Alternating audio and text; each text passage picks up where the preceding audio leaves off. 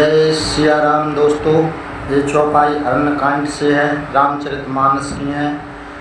यह चौपाई का अर्थ जानते हैं। गुणातीत सचराचर स्वामी राम उमा शब अंतर्यामी, अर्थात भगवान श्री राम तीनों गुणों रज सत तम से परे हैं, यानी गुणातीत हैं। वे पूरे सचराचर जगत के स्वामी हैं। शिवजी माता पार्वती से कहते हैं, हे उमा, श्री राम सभी के घट घट की जानने वाले अंतर्यामी हैं।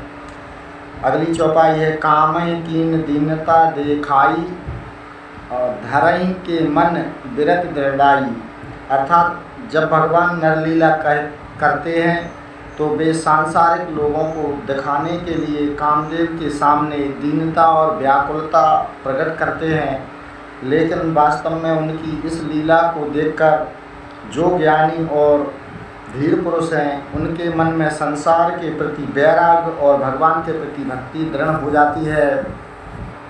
अगली चौपाई है, उमा कहूँ मैं अनुभव अपना, सत हरि भजन जगत सब सपना, अर्थात जिसमें भगवान शिव जी कहते हैं, हे उमा, मैं तुम्हें अपना स्वयं का व्यावहारिक अनुभव बताता हूँ कि इस दुनिया में केवल हरि भजन ही एकमात्र सत्य है और बाकी यह पूरा संसार दृश्य जगत एक सपने की तरह परिवर्तनशील है, मिथ्या है, नाशवान है, क्षणभंगुर है।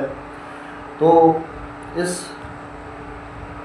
प्रकार प्रभु ने माँ पार्वती को सारी चीज़ों का वर्णन करते हुए बताया है और इन चौपाइयों का मुख्य भाव है, यह संसार इंद्रजाल जैसा है जिसमें काम, क्रोध, मोह, लोभ का जाल बिछा है। इस जाल से इंसान को बाहर निकल पाना बहुत दुर्लभ और कठिन है।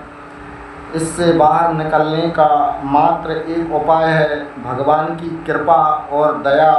भगवान की कृपा और दया के बिन इंसान इस माया जाल से बाहर नहीं निकल सकता। यह दुनिया चलते फिरते सपने जैसी है, जो आज है वह कल बदल जाएगा।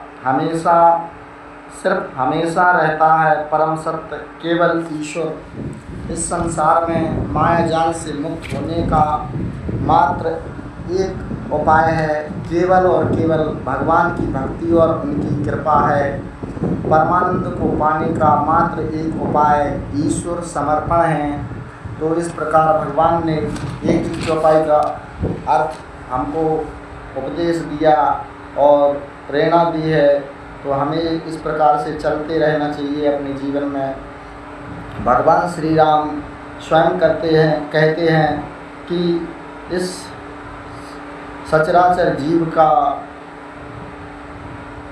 निवारण करने के लिए सिर्फ भगवान की भक्ति और भगवान का समर्पण ही है। इसके अलावा कोई भी इस संसार के माया जाल से बाहर नहीं निकल सकता। इससे निकलने के उपाय मात्र ईश्वर कृपा, ईश्वर भक्ति और ईश्वर समर्पण ही है। इन सब को अपनाकर यदि प्रभु की भक्ति में और प्रभु की शरण में जो भी अंतर्यामी की शरण में जो भी जाता है, तो भगवान उसे प्राणों की तरह अपनाते हैं और उसको अपनी शरण ले लेते हैं और उस पर दया करके सारे बंधनों से मुक्त कर देते हैं, जिससे वह प्राणी परम आनंद को, परम सुख को, परम शांति को प्राप्त करता है। इसलिए हम सबको ईश्वर की भक्ति, ईश्वर की साधना, ईश्वर को समर्पण करके अपना जीवन यापन करना चाहिए और इस जीवन में हम प्रभु की भक्ति से ही आगे सन्मार्ग, मार्ग गति और अच्छे मार्ग का प्रशस्त कर पाएंगे।